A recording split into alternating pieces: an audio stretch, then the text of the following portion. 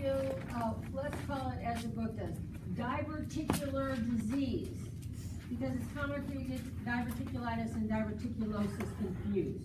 So we'll call it diverticular disease. Reticular disease. Okay, what happens is you get some abnormal pouchings. See that in the wall of the intestine, kind of like a little mini hernia, and they're called diverticula. They can occur anywhere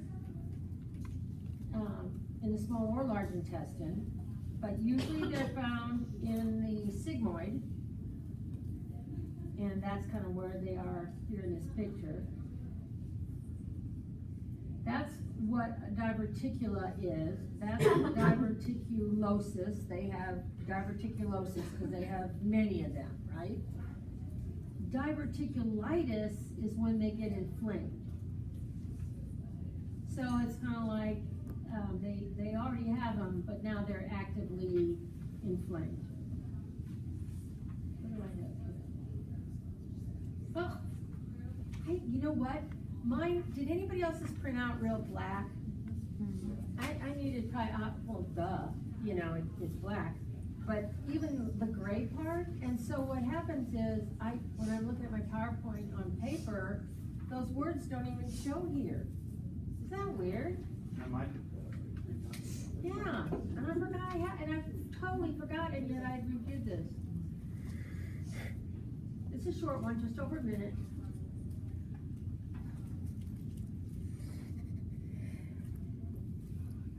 There's no sound. I haven't changed the sound. Well, look at, there it goes. Let's just watch it. It's only a minute. Let's see what happens to the stool.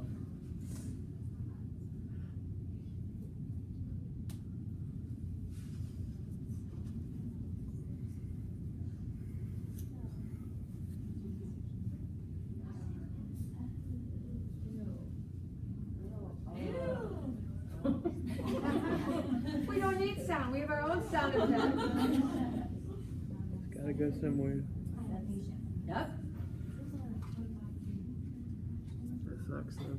So now it's all inflamed. Now it's diverticulitis. Diverticulosis is the pouches. Diverticulitis is the infection and inflammation.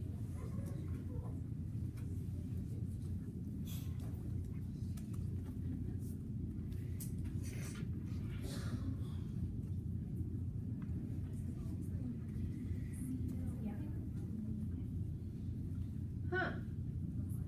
So that didn't work. Well.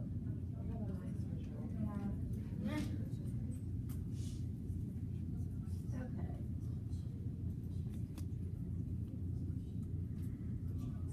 So let's see if this will work. I believe it's also short. It's a little longer. Diverticular disease is a condition occurring when pouches form toward the end of the large intestine. Your large intestine, also known as your colon, includes the cecum. Who's seen them in like a colonoscopy? Nobody's seen these in a colonoscopy?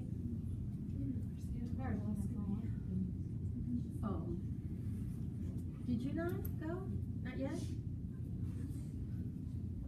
Anyone went for my clinical center? Well, we're going to see them. You talking about just You haven't seen watching them? I saw the colonoscopy, but they did have that. Oh, okay. What? Are you just talking about watching them go up the intestine? Yeah. Oh. The scope Yeah. and fluoroscopy Yeah. and like conscious sedation. Yeah, like Bruce Jenner before he was Caleb. What? They had that on the Kardashians. My mom watches that show. Oh, okay.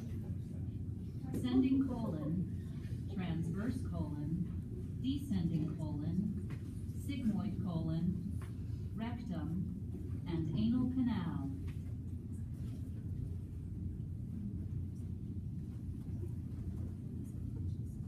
The wall of your colon has four main layers: the mucosa, the submucosa, a muscular layer, and the outer serosa.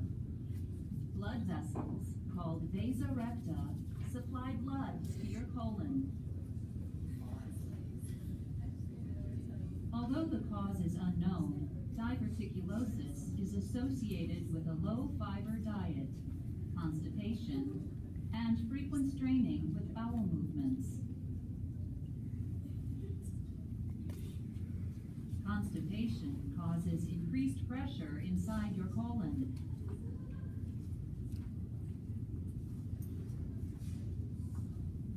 Increased pressure may cause the mucosa and submucosa to herniate through a weakened area of the wall of your colon and form a diverticulum. Diverticulosis occurs when you have these diverticula, but often no other symptoms.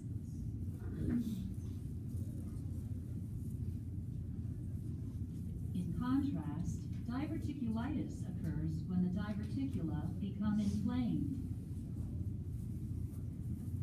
The usual symptoms of diverticulitis are lower left abdominal pain, fever, constipation or diarrhea, and decreased appetite. Diverticulitis may develop an accumulation of pus called an abscess.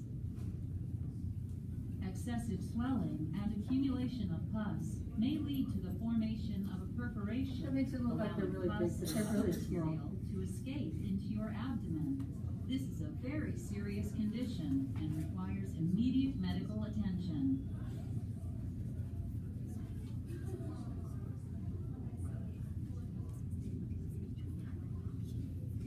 If you have a severe case of diverticulitis, you may need to have a procedure to drain an abscess.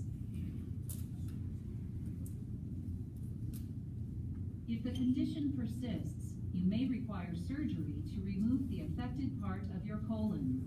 During your procedure, your surgeon will pass the remaining end of your colon through your abdominal wall, creating an opening called a stoma. After your colon heals, it can be reattached to your rectum. The main treatment for diverticulosis is increased consumption of fiber-rich foods to soften and add bulk to stools, which helps stimulate the colon to contract and eliminate them. Other treatments for diverticulitis include a clear liquid diet and oral antibiotics.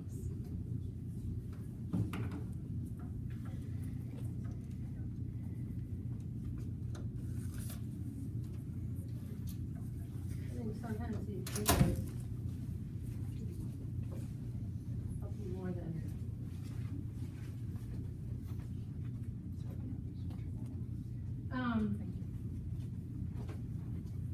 So, antimicrobial drugs are given. Things like Flagyl can be given. That was weird. Is she okay? No laxatives or enemas. When it's the itis time and it's inflamed, very low fiber diet. But when the inflammation is gone, then they need a high fiber diet. And the high fiber diet is also part of prevention.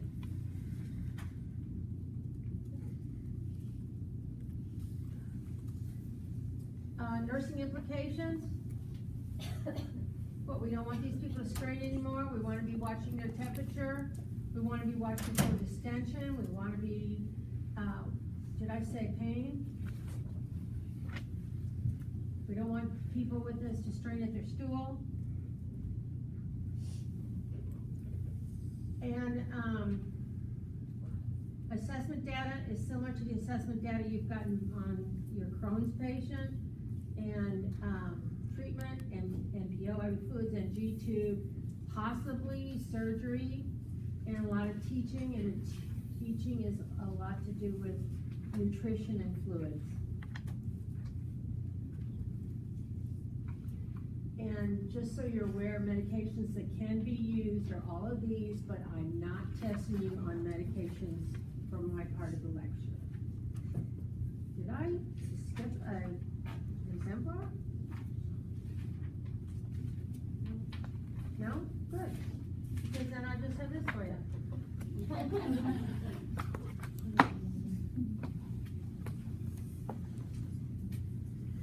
today, or lots of days, that did go too fast. Are you sure you didn't skip an exemplar? You just won't tell